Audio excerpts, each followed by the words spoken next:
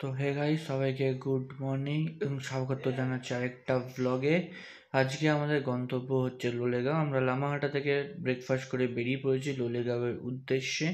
আমরা আজকে যাব পেশক রোড ধরে, পেশক ভিউ পয়েন্ট দেখে তারপর হচ্ছে আমার নামে একটা ভিউ পয়েন্ট আছে, সাহেব ভিউ পয়েন্ট, সেখান দিয়ে যাবো। রাস্তাটা একটু স্টিপ আছে, ম্যাপে দেখছিলাম প্রচণ্ড হচ্ছে যে খাড়াই ঢাল আছে, তো একটু দেখে শুনে যাবো, একটু স্কুটি আছে তো তার জন্যে।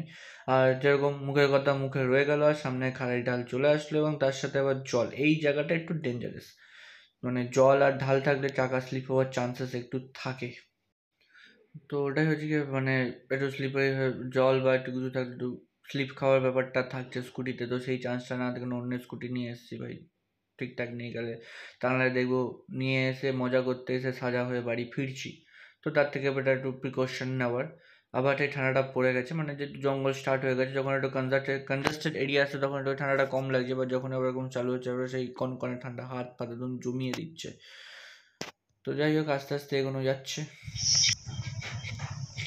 ভাই আমার মানে নামতে অসুবিধা হচ্ছে, কি তো এতটা নিচে নামা না, মানে নামার তো এতটা স্পিড, গুগল ম্যাপ আমার হাতে আছে, দেখা যায় 5 কিলোমিটার পার ঘন্টায় আমি নামছি বেগে।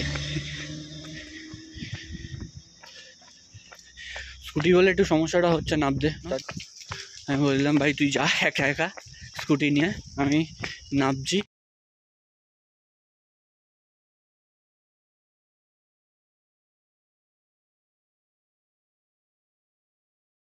What a view guys, what a view! এরকম কষ্টের পর যদি এরকম একটা ভিউ পাওয়া যায় তো মন তো ভাই মুগ্ধ হয়েই যায়, গার্ডেন গার্ডেন হয়ে গেল পুরো। যাই হোক, আমরা এখন যাচ্ছি পেশক রোড ধরে। পেশক রোড ধরে আমরা পেশক ভিউ পয়েন্ট, সাহেব ভিউ পয়েন্ট এটা কভার করবো, করে তিস্তা বাজার হয়ে আমরা যাব কালিম্পং। ভিউ পয়েন্ট আমার, বুঝছো, পাহাড়ে আমার নামে ভিউ পয়েন্ট আছে, যেটা সাহেব ভিউ পয়েন্ট। আর ভাই ফেমাস আমি। মোবাইলের চার্জটা শেষ হয়ে যাওয়ার করুন পেশক ভিউ পয়েন্টের থেকে আমরা ভিডিওটা নিতে পারিনি। তো আমরা চলে এসেছি সাহেব ভিউ পয়েন্ট থেকে, তারপর আস্তে আস্তে নামছিলাম আর ভিডিও করে নিতে চার্জ ছিল না, এখন আবার শুরু করেছি। এবার রাস্তাটা বেশ সুন্দর লাগলো, তাই ভাবলাম তোমাদেরকে একটু দেখা, এত সুন্দর রাস্তাটা যখন তোমাদের সাথে একটু শেয়ার করি, সেই মুহূর্তটা কিরকম লাগছে দেখতে। ঠান্ডা ঠান্ডা বেশ পরিবেশ, গাছে এসে থেকে সূর্যের আলোটা পড়ছে, আহা আহা, দিল গার্ডেন গার্ডেন হো গিয়া পুরা একদম, সেই ব্যাপার সেই। আগে একটা টার্নিং মিস হয়ে গেছে, তাই এই টার্নিংটা মিস করতে চাই না, তার জন্য হচ্ছে কি ক্যামেরাটা ফাটাফাট অন করে নিচ্ছি। এই টার্নিংটা অন্যান্য টার্নিংয়ের থেকে একটু আলাদা। অন্য টার্নিংটা কি হচ্ছে যে ডাইরেক্ট ইউ এর মতো নেমে যাচ্ছে বা খাড়া ঢাল, বাট এই টার্নিংটা যেটা আছে সেটা হচ্ছে 350 ডিগ্রি টার্নিং আছে। তার জন্য আগেরটা মিস হয়ে গেছে, এটা মিস করতে চাই না, তাই তোমার দেখানোর জন্য আমি আবার হচ্ছে ক্যামেরাটা হাতে নিয়ে নিয়েছি। সেই টার্নিংটা দেখতে থাকো। ওপর থেকেই নামলাম, নেবে এখান থেকে আবার একটা টার্নিং নিতে হবে এবং পুরোটা গোল ঘুরতে হবে। পুরোটাই স্টার্ট হলো, এবার এখান থেকে টার্নিংটা নিলাম, নিয়ে আবার গোল ঘোরা স্টার্ট হলো। এই পুরোটা গোল ঘুরে তারপর যে ব্রিজের তলা, ব্রিজটা এবার দেখতে হবে মাখন। তারপর এই ব্রিজের তলাতে এখনও টার্নিং শেষ হয়নি, এখনও গোল ঘুরে যাচ্ছি। ঘুরছি তো ঘুরছি, ঘুরছি তো ঘুরছি, ঘুরছি তো ঘুরছি, ঘুরছি তো ঘুরছি, ঘুরতে ঘুরতে এখনো শেষ হয়নি। এই পয়েন্টে এসে এবার শেষ হলো, এবার থেকে সোজা রাস্তা, ঠিক আছে? মানে একবারে ঘুরে গাড়ে 5 তলা থেকে 1 তলায় নেমে গেছি আমরা। 350 ডিগ্রি টার্নিং নিয়ে আস্তে আস্তে আমরা এই কাঠের সেতুর ওপর দিয়ে আমাদের ফেটে যাওয়া জিনিসপত্র বা ছোট হয়ে যাওয়া জিনিসপত্রকে সামলে রেখে এগিয়ে চলেছি আমরা।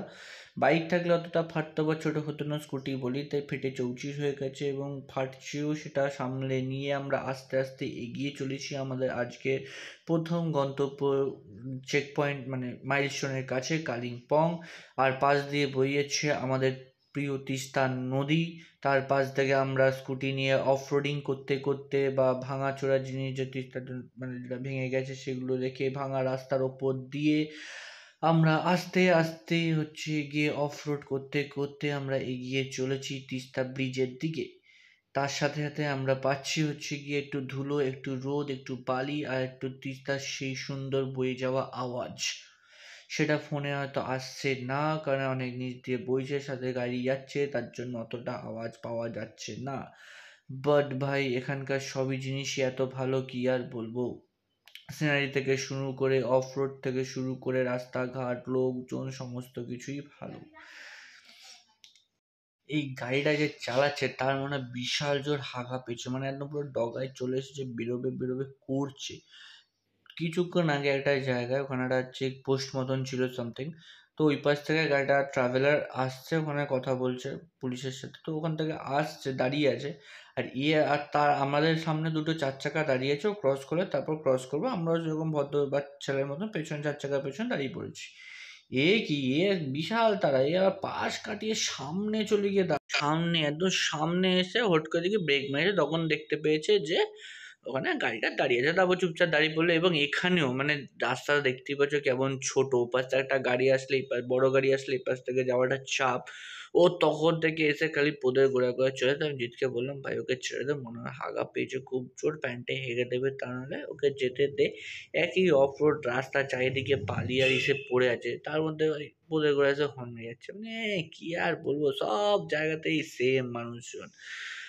তো যাই হোক তোকে ছেড়ে দিতে বললাম, তো বেরিয়ে গেছে। তো আমরা এখন তিস্তা ব্রিজের দিকে ঢুকবো, ওখানে একটুখানি ফটোশ্যুট করবো, করে তারপর ওখান থেকে আমরা বেরিয়ে যাবো কালিম্পংয়ের উদ্দেশ্যে। কারণ ব্রিজের থেকে তিস্তার ভিউটা না নিলে কি আর মানে আজকের দিনটা কি আর পূর্ণ হবে, সেটা তুমি তোমরা তো জানো।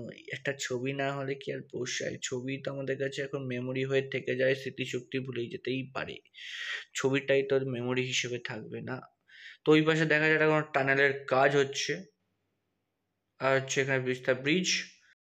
Welcome to Kalimpong. আজকের মতো এখানেই সমাপ্ত, দেখা হচ্ছে নতুন ভিডিওতে, কারণ অনেকটা বড়, তার জন্য দুটো পার্টে